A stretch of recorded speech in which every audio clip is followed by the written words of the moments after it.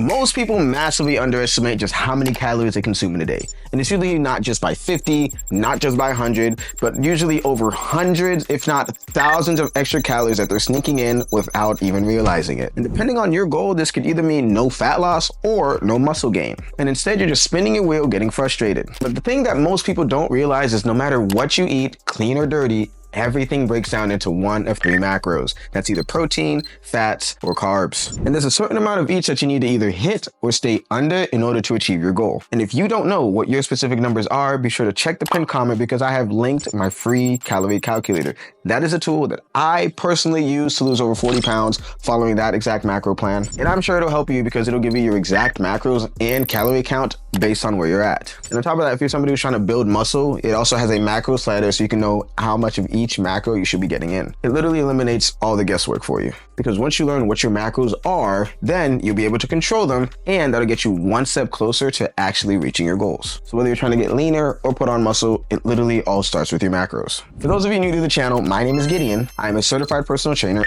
and nutrition coach. I help people lose fat, build muscle, stay in shape without having to give up their personal life, carbs, or their personality. And I want to give you a simple mindset shift that I give every single client that I work with. And that is no matter what type of foods that you love, there is a healthier version of it. You just need to know where to look. Like let's take bread, for example. Bread by itself doesn't make you fat and it certainly doesn't kill your gains. But a thick cut, 220 calorie artesian loaf you're stacking every single sandwich with, that is your real problem there. So it's not the bread itself, it's the type and portion size. There's a big difference between an artesian loaf and a 45 low-calorie slice of bread that'll still get the job done. I'm willing to bet no one's ever broken nutrition down like that for you. So I'm glad you're here. So now getting back to the topic of the video, today's video is about why people suck at tracking macros and how to fix it. And it breaks down to just a few mistakes that you're probably making. And that is mistake number one is that you have no idea what a proper portion size looks like. Unless you've measured, you're probably just eyeballing, you're guessing. And if you're somebody who likes to eat out, you're just trusting what the restaurant says. And I cannot stress this enough, these restaurants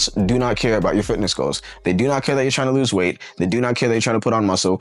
The only thing that they really care about is to get you in that chair and to keep you coming back. First thing, when I work one-on-one with a client, I like to introduce food skills for a specific reason. And that reason is once you're able to visibly see what a portion size is and see what those macros particularly are, it makes it a lot easier for you to eyeball it moving forward. Like once you're able to see what 20 grams worth of carbs worth of rice looks like, or what an actual serving size of peanut butter looks like, it makes it a lot easier to control your portions when you progress what you're eating. And the goal really isn't to just weigh the food forever. It serves the purpose of like training wheels, which is why I like to call my program the training wheel method, because if you use it long enough, you'll have much better balance. Eventually you'll get to the point where you could just eyeball a plate and instantly know if it fits your fitness goals or not. That's where you want to be, because that is the difference between people who just guess and hope and people who actually achieve their results. And moving on to mistake number two, and that is you believe those food labels are the gospel. Not even kidding. Even if you're weighing your food correctly, you might still be off. And that is because the FDA allows these food labels to be up to 20% off. So that 100 calorie snack that you're having might just be 120. Or that 400 calorie snack that you're having might be 480. So that is critical information for somebody who's trying to lose fat to know, because that's not going to change because it is legal, it's common, and it adds up. Especially if you're eating packaged food all day. And you might be thinking, I'm within my macros though. When in reality, you're 100 to 300 calories over every single day. And you're wondering why your progress has completely stalled. See, the solution is you need to use labels as estimates and not absolutes. Those white box labels that you see are meant to be more of a guide, not necessarily a guarantee. Because what matters most is consistency. Because if you're tracking the same way every single day, even with a little margin of error, your trends and your patterns will show you what's working and what might need to change. Remember, perfect is impossible, while consistency is powerful. So while food labels might be off, this next mistake is way more common than some food labels.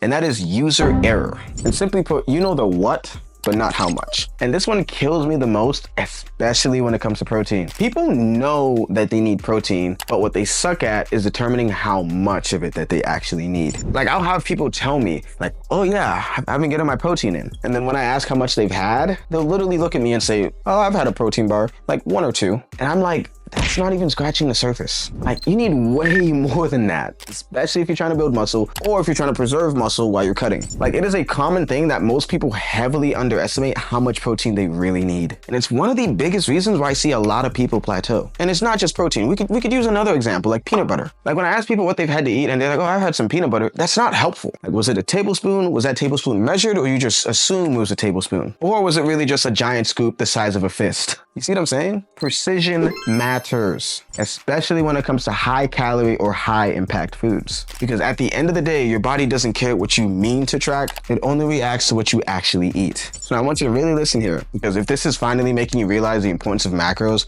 and you're somebody who struggles with their nutrition when it comes to tracking it, I run a macro mentorship. And I use this mentorship to help people dial in on their eating, get results, and still be able to live their lives. And you can join this mentorship for as little as $1 a day. No contract, no crash diets, and you can cancel anytime. I've developed a simple system that actually works that I'm gonna coach you all the way through. So if you're somebody who wants to tackle on nutrition by themselves, be sure to check the pinned comment. You'll get access to my free calorie calculator where you get your macros and calorie count all in one.